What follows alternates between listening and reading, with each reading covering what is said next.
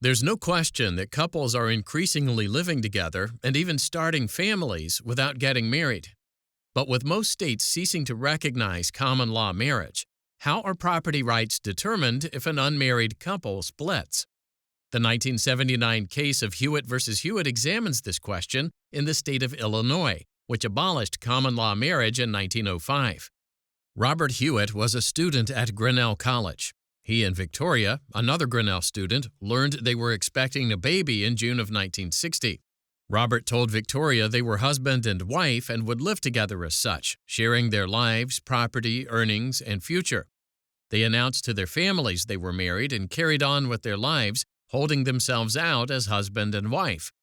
Robert went on to become a pediatric dentist, and the couple had 3 children. Victoria's parents helped them out financially while Robert pursued his professional education. With Victoria's help, Robert established his practice, and Victoria took care of the children. She also worked at his office and facilitated social and professional engagements that contributed to the success of his practice. Throughout their years together, Robert acquired a decent amount of property, some owned jointly with Victoria and some separately. They carried on in this family-like relationship until 1975, when Victoria filed for divorce in trial court, seeking half the assets the couple had accumulated in their time together. Robert never challenged his obligation to provide child support. The court dismissed Victoria's divorce petition because the couple had never married.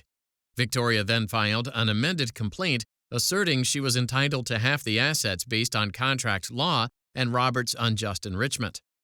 The court dismissed the amended complaint as well, stating that a valid marriage was required for such claims. Victoria appealed.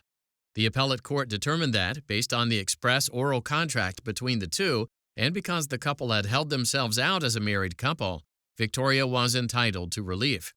The state Supreme Court granted leave to appeal.